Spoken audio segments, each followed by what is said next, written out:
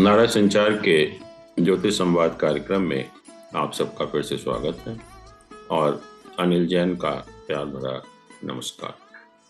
दोस्तों, आजकल हम देख रहे हैं कि आजकल शादियां बहुत ज़्यादा हो रही हैं और इतनी ज़्यादा शादियों का सीज़न है कि हर व्यक्ति को, शादी करने वाले को भी और जाने वालों को भी इनकन्वीनियंस होती है। और इस कार्यक्रम का उद्देश्य क्या है? उद्देश्य है ज्योतिष जो ज्ञान है, जो दिव्य ज्ञान है, उसके बारे में एक साधारण या सामान्य व्यक्ति को उसके बारे में अवगत कराना। और दोस्तों, आपको शायद विश्वास नहीं होगा कि भारत में जो मैरिज इंडस्ट्री है उसका साइज क्या है। इसका साइज है 1 लाख करोड़ पर ईयर। और ये जो साइज है, हर वर्ष 25 से 30% तक इसकी ग्रोथ हो रही है, बढ़ रहा है। और इसके अलावा हमारे भारत में एक साल में 1 करोड़ शादियां होती हैं, जिसका अर्थ है 30,000 शादी एक दिन में, जो है एवरेज जो आता है 30,000 शादी एक दिन में होती हैं। और जहाँ तक हिंदू धर्म का सवाल है, शादियां होती कैसे हैं? शादी के लिए हम ज्योतिष के पास जाते हैं, मुहूर्त निकालते हैं और शुभ मुहूर्त में देखकर हम शादी करते हैं। बल्कि जो दूसरे धर्म हैं उसमें सुविधा के ऊपर ज़्यादा विचार किया जाता है, कन्वीनियंस के ऊपर ज़्यादा विचार किया जाता है। लेकिन हिंदू धर्म में शादी का जब प्रश्न आता है और जब हम लोग ज्योतिष के पास जाते हैं, तो 3-4 चीज़ें हैं जिसके बारे में आपसे चर्चा करना चाहूँगा।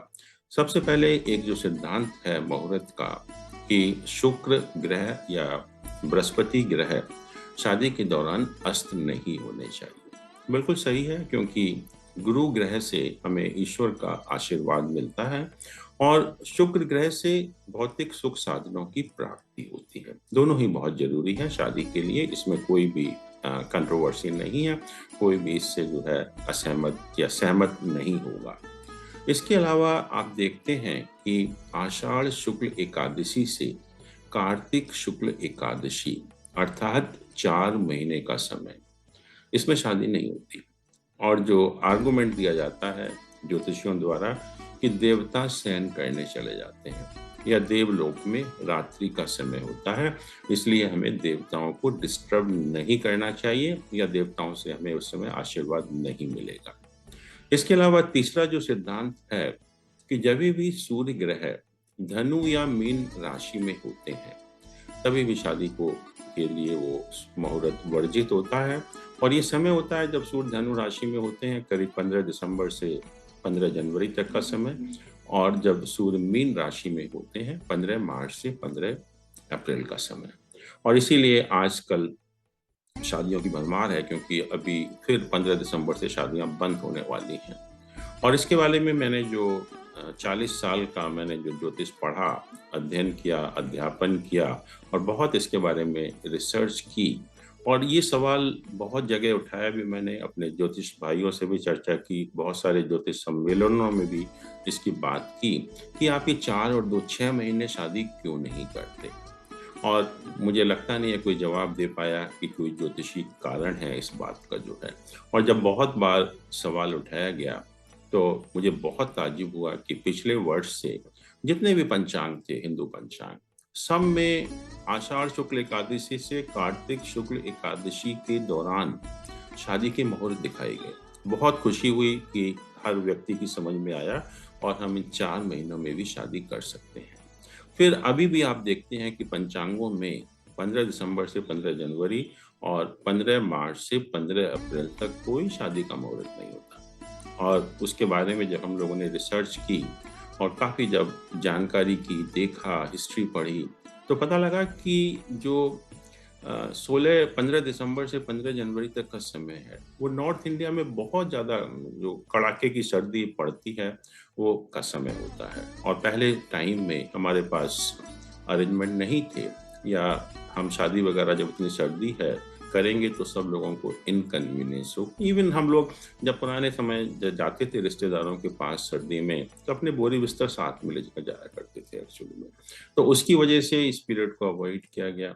और जहाँ तक 15 मार्च से 15 अप्रैल तक का सवाल है, हम सभी जानते हैं कि भारत एक कृषि प्रधान देश रहा है और ज़्यादातर लोगों की जीविका कृषि के ऊपर ही चलती थी।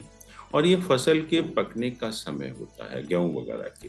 अगर हम 15 मार्च से 15 अप्रैल तक शादी करेंगे, तो लोगों का अटेंशन डाइवर्ट होगी, हमारी फसल खराब हो सकती है, हमारी जो बेसिक जीविका का साधन है, उससे हम परेशानी हमें उससे हो सकती है। तो शायद उसको अवॉइड करने के लिए ये कहा कि 15 मार्च से 15 अप्रैल का जो समय है, वो भी शादी के लिए शुभ नहीं है।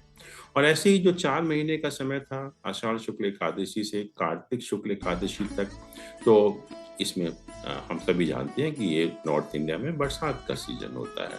और अगर हम बरसात के सीज़न में शादी करेंगे, तो पहले टाइम में फैसिलिटीज़ नहीं होती थी, तो ये पॉसिबल नहीं था। लेकिन आज हम देखते हैं कि हमारे पास बरसात के टाइम भी फैसिलिटीज़ हैं, हम शादी कर सकते हैं।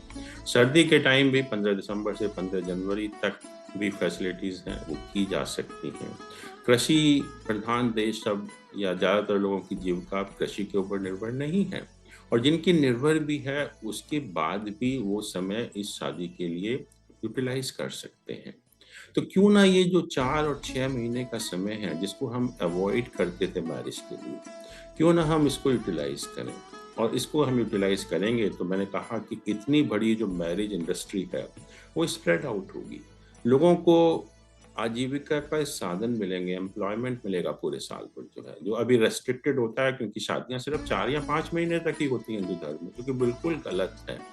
और मैं सभी से निवेदन करूँगा, अपने ज्योतिष भाइयों से भी और बाकी सभी से भी, कि ये जो दिखाया टाइम 4 महीने का और 2 महीने का, और हमने शादी की डेट्स को बहुत रेस्ट्रिक्ट कर दिया, इवन मतलब 4 या 5 महीने के दौरान ही शादियाँ होती हैं, जिससे सभी को परेशानी होती है, सभी को अनएम्प्लॉयमेंट का साधन नहीं मिलता, और कोई उसका ज्योतिष या धार्मिक कारण नहीं है। ये सिर्फ़ कन्वीनियंस के आधार पर ही निश्चित किया गया था। तो अगर हम, जैसा कि सभी जो पंचांग बनाने वाले हैं, उन्होंने अब 4 महीने में शादी दिखाना शुरू कर दिया है, तो अगर वो 2 महीने भी, क्योंकि अधिकतर लोग मैं देखता हूँ कि दिसंबर, जनवरी के महीने में ही आते हैं फ़ॉरेन से शादी कराने के लिए, और हम उनको मना कर देते हैं कि शादी मत करिए, शादी के लिए शुभ समय नहीं है। लेकिन ऐसा कोई भी कारण नहीं है, और अगर हम ऐसा करेंगे, तो सभी का उसमें फ़ायदा भी है, कोई नुकसान नहीं है, कोई ज्योतिषी कारण नहीं है, कोई धार्मिक कारण नहीं है कि हम शादियों को इतने समय के लिए रेस्ट्रिक्ट करें, और पूरे साल में 12 महीने में हम 7 या 8 महीने शादी करते ही नहीं हैं।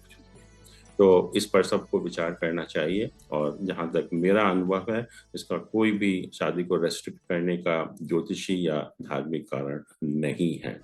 तो दोस्तों, हम और भी जो है रोचक विषयों पर चर्चा करते रहेंगे।